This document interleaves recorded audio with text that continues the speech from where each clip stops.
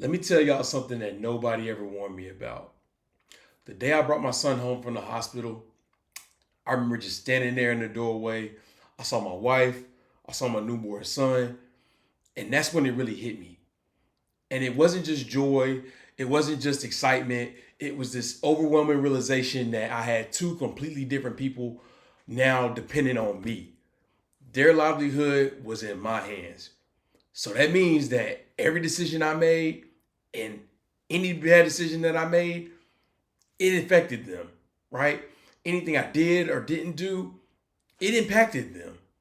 And to keep it 100, that's really when reality hit me.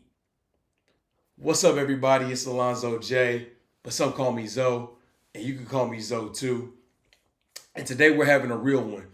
It's time for some real talk about what it actually feels like to be a dad, a husband, a father at the same damn time. That's right. Not the Instagram version, not the highlight reel. No, this is the real, the uncut, unfiltered version. So if you're thinking about becoming a dad, got one on the way, or you're a new dad right now who's in the thick of it, just trying to figure it all out and figure out which way is up, this one's going to be for you, player. So let's get into it. I think I need a beat or something for my intro, right? Like, I think that would be dope. That when I say, like, let's get into it, like something drop, I think that I'll work on that. I don't know. We'll get back to that. But anyways, let's get into it. I remember it was July 2022, right? And we brought our son home from the hospital. And that's when it hit me for real. You know, the first few weeks were rough. I'm not going to lie. My son was not going to sleep at night and wouldn't stay asleep for nothing. So basically what that meant was I'm up in the middle of the night nursing him with a bottle. You know, he's crying and kicking, and I'm trying to wrap him back up like a burrito at Chipotle because swaddling him was the only way to get him to go down. And so I would be trying to calm him down and get him to go back to sleep. And it was like as soon as I had one foot in the bed and I was about to get settled and go back to sleep, boom, that's when he would wake back up and start crying again. And so imagine doing that throughout the night and then turning around and having to work a full work day like nothing happened. And then having to do that over and over and over again, day in and day out. Yeah, talk about rough. I remember one day standing over his crib and thinking, you know, I got a career that needs me. I got a wife that needs me. I got a baby that needs me. And the only thing that I need is sleep. So every single day felt like I had to pick one and sacrifice the rest. You know, is it going to be my career? Is it going to be my wife? Is it going to be my son, myself? Or is it going to be sleep? Because everybody ain't going to win. And so ultimately I had to pick one. And every time I picked one, I felt like I was dropping the ball on everything else. Like I was never doing enough. Like I was never present enough. Like I was never giving enough. And it just wasn't enough. It just wasn't cutting the mustard, as the old folks used to say. And I'll be real with you. I ended up becoming a caffeine addict because of it. During this time, I was never a big energy drink type of guy. And I also wasn't a big coffee drinker either, now that I think about it. But after having a kid, yeah, bro, that changed everything. I was running on caffeine just to function, you know, just to get through the day. And I was drinking all of them like Bang, Rain, all the Red Bull flavors, Celsius, you name it. I at least tried it once. And by the way, I don't advise that to anybody. It's not healthy at all. But hey, sometimes you got to do what you got to do, and duty calls, man. My life literally became a game of tug of war, and I was the rope. On one end was my job, my career. The bills don't stop just because you have a baby, right? And on the other end was my life at home, right? My wife, my son, and meanwhile, my sanity is in the middle, being pulled by both sides, right? And I mean, it's tough, bro. And with every pull, I could just feel myself getting thinner and thinner and thinner and weaker and weaker and weaker. So the more stressed I was, like the more angry and frustrated I became because I didn't have a solution and I couldn't find one fast enough. ultimately everybody has a breaking point, and I was at mine. Now, here's where it gets even more real. Because while I'm over here barely holding it together, my wife is dealing with something I had absolutely no idea how to handle. And that's postpartum depression. Yeah, fellas, it's a real thing. And as a man, I didn't know anything about that. Now, I knew that it was a thing women went through, and I read about it in a couple books or whatever, but I never witnessed anybody go through it, and I never had anyone close to me really talk about it like that. So I can't say I really understood it the way I thought I did. Um, I didn't know what she needed during that time, to be honest with you. I didn't know how to support her. And on top of that, man, I had my own stuff I was worried about, all right? I was busy trying to figure out everything else I had going on to where I really didn't even know how to support myself at that point, if I'm keeping it a buck. I mean, when my son came into the world, he was bullying everybody. It's like anybody could get it. Like little man came in with a vengeance, and I'm sitting there like, bro, what are you on right now? Like, go to sleep. What's wrong with you? I felt like I was fighting the final boss in a video game or something. Like no matter what I did, I just kept losing over and over and over again. Like what the hell is going on right now? And I really felt like I was just going through the motions and doing whatever was in front of me at the time. And now my wife, she had just gone through a traumatic birth experience. Bringing our son into the world, and she was still recovering from that. So not only physically but emotionally as well too. So on top of that, she also was struggling with breastfeeding and trying to get our son to latch on. And I could really see that was messing with her self worth, and that her self worth was really tied up into that, and she felt like she was failing.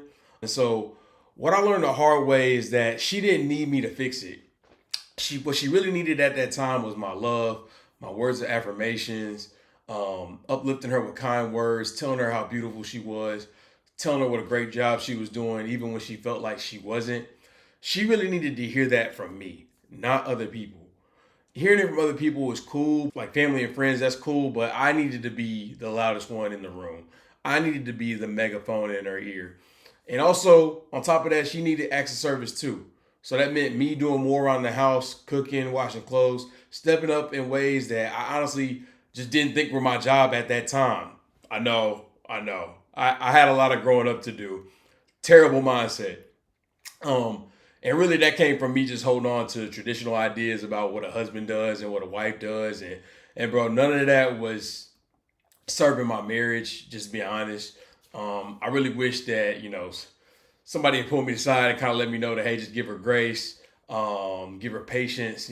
She's not her normal self right now, and that's okay. Just lead with love, anyways. So if I knew that going in, I think things would have been a lot different, and I know it would have saved us a lot of pain and a lot of arguments as well too.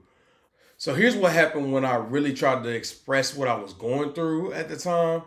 I went to my wife and told her how stressed I was, sleepless nights, the pressures at work, the fact that I was struggling to hold it all together. And I felt like I really needed her to hear me. And it really didn't land the way that I thought it would. It didn't really go so well. And honestly, looking back, I get it. Like she was recovering from a traumatic birth experience. She was battling postpartum, like I said, and she honestly didn't have the capacity to carry my emotions on top of everything she was already carrying. And looking back, I really understand that now. But in that moment, it felt like another door was closing on me. And so, what I should have done, what I really wish I had done, was reach out to somebody, who had already been through it. Friends who have had kids, older guys I respected, men who could have coached me through that whole pressure that a man goes through, and really given their perspective on how to handle it because they've already lived it. Instead, I just tried to muscle it and just try to go at it alone, and it ultimately cost me. So, fellas, what I'm really trying to say here is we have to stop trying to figure everything out by ourselves. Pride will have you suffering in silence when there are brothers right around you, who have already walked that path, already walked down that road, and can show you a way through. The Bible also tells us that we have to seek wise counsel, and there's no weakness in that. There's only wisdom in that. And that was a lesson I really had to learn. So, fast forward to today, I won't sugarcoat it. We're still figuring it out, but we're in a much better place. And here's what got us there. We finally had conversations we should have had before our son came home. Conversations about expectations, who handles what, how we show up for one another, who stays up with the baby and when, and who does what around the house. It sounds small, but those unspoken expectations will quietly build a wall between you and your significant other if you never address them. And by the time you notice it, that wall is already big as hell, right? But the bigger thing I had to work through personally was I had to stop keeping score. As a man, going tit for tat is just not the way you want to do it. Counting what you did versus what she did, you'll just end up being disappointed every single time. And honestly, that's not leadership. I believe that men are called to be leaders, and sometimes that can really suck. Because you not only got to lead by example, but you also got to lead through servant leadership. I had to ask myself the hard questions like, forget about what she's doing or if she's doing her part. Look in the mirror and say, hey, what am I doing? Am I doing everything I can do to show up for my wife?